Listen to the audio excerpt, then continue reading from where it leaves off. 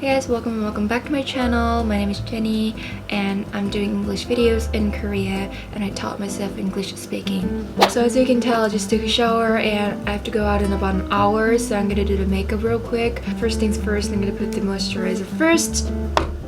It's been nuts, like last week I was a little busy, so I couldn't film anything, sorry about that. And for this week I was gonna film the shadowing Q&A video. You guys have left the questions for on my Instagram or on my YouTube comment section, so I was gonna make the shadowing Q&A, but then I thought maybe I should share what's the upside of doing the shadowing first, because I still meet a lot of people who still have doubts for shadowing. They say they know the shadowing can be effective given that like you learned English through shadowing, but they still think that the shadowing is just a way to get familiar with the sentences, and that's all, no more no less. Shadowing is just watch drama over and over again and I'm bored already. But I can say that you just like looked at the one aspect of shadowing and say that, because it's been a lot easier to see people who learned English by themselves through shadowing, which means it's very helpful indeed.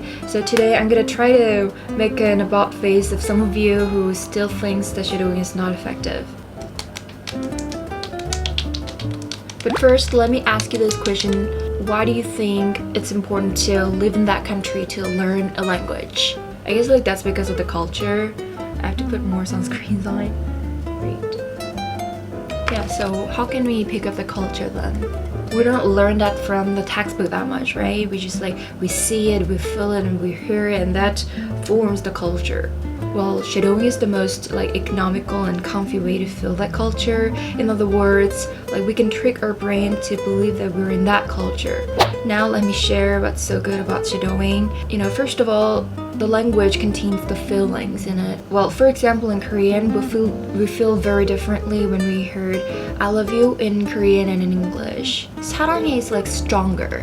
We can actually feel the love in 사랑해 rather than I love you. 가자 is like much stronger than the get the hell out of here.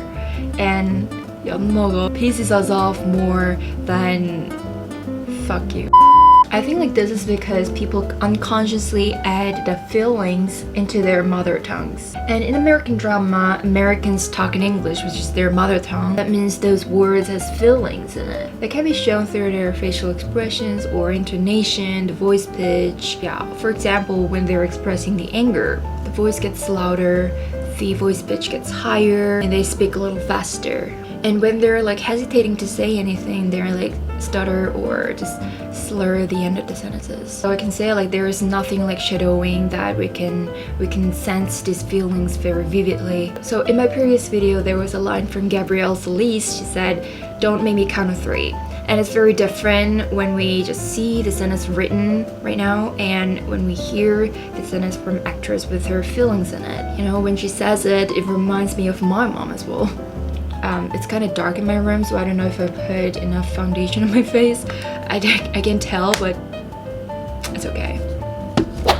Okay, and next, when we do the shadowing, we can naturally identify where we should put which sentence and which vocabulary in which situation based on the context of the conversation.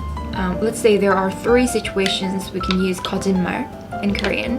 So first of all, your best friend told you that he got a new girlfriend, but you cannot believe him because he has been single for his lifetime. So you might want to say like 구라치지 마 or 뻥치지 마 instead of like 거짓말하지 마, to show that you cannot, like it's unbelievable, like 구라치지 마. Why do I look so awkward? But you got what I mean, right? I'm so bad at acting. Alright, next. Let's say like your boyfriend drank with this girl best friend without letting you know, so you didn't have a clue, but then you found it out later.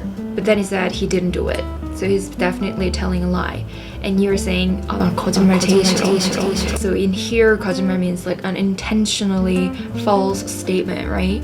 So this is the second situation. And lastly, let's say like your grandfather told you that, oh, you look beautiful, you look more like, you look prettier than Kim Tae-hee. You could be the world famous celebrity with your own beauty. So in this situation we say like, 아, 동담하지 마세요, rather than like 거짓말하지 마세요. Because like 거짓말 or 농담 in here means the statement that was like exaggerated than the reality. Like this, it's not really hard to find the usage of the same word in different situations. For example, we can find many words for 인정하다 in English, like acknowledge, recognize, confess, and concede, etc. Admit. And to know how to use these words in the right situation, we have to like listen to a lot of different conversations directly from people, not from the example sentences on textbook or a dictionary. And then we have to make them as our data, and shadowing helps the procedure very effectively. And you know, when we've reached that level where we can use the right word in the right situation based on our data, people say that, oh, your English is really good. I just want to skip the eyeliner and mascara part today because this is basically my daily makeup for my eyes. I just put 2 eyeshadows and that's it. Yeah, so let me do my eyebrows now.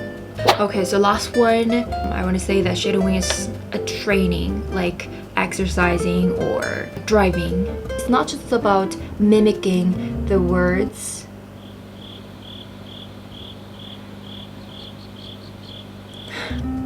I cannot say something when I do my eyebrows, so let me just finish the eyebrows first.